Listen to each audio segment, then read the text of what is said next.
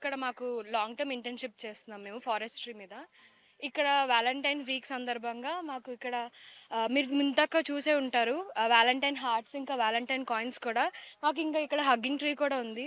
So, ఇవన్నీ మాకు ఇగ ఇక్కడ ఓన్లీ ప్లాంట్స్ ఒకటే కాదు, ఫారెస్ట్రీ, వైల్డ్ స్పీషీస్ అవన్నీ మాకు నేర్పిస్తున్నారు. ఎలాగుంటాయి, ఎలా మేనేజ్‌మెంట్ చేయాలి, ఎలా అడ్మినిస్ట్రేషన్ చేసుకోవాలి అన్నీ చెప్తున్నారు మాకు. So, we are very happy to be here. So ట్రీస్‌లో డిఫరెంట్ టైప్స్ ఆఫ్ ఉంటాయని తెలుసు. కానీ ఇలా వాలంటైన్స్‌కి సంబంధించిన ట్రీస్ కూడా ఉంటాయని మీరు ఎప్పుడైనా అనుకున్నారా? లేదు లేదు. మాకు ఇప్పటి వరకు తెలీదు. ఇక్కడికొచ్చిన తర్వాత ఇలాంటివి కూడా ఉంటాయని మా సార్స్, మ్యామ్స్ చెప్పినప్పుడు తెలిసింది. చాలా హ్యాపీగా ఫీల్ అయ్యాం ఇలాంటివి కూడా ఉంటాయని. కొత్తవి కూడా నేర్చుకుంటున్నాం మేమిక్కడ.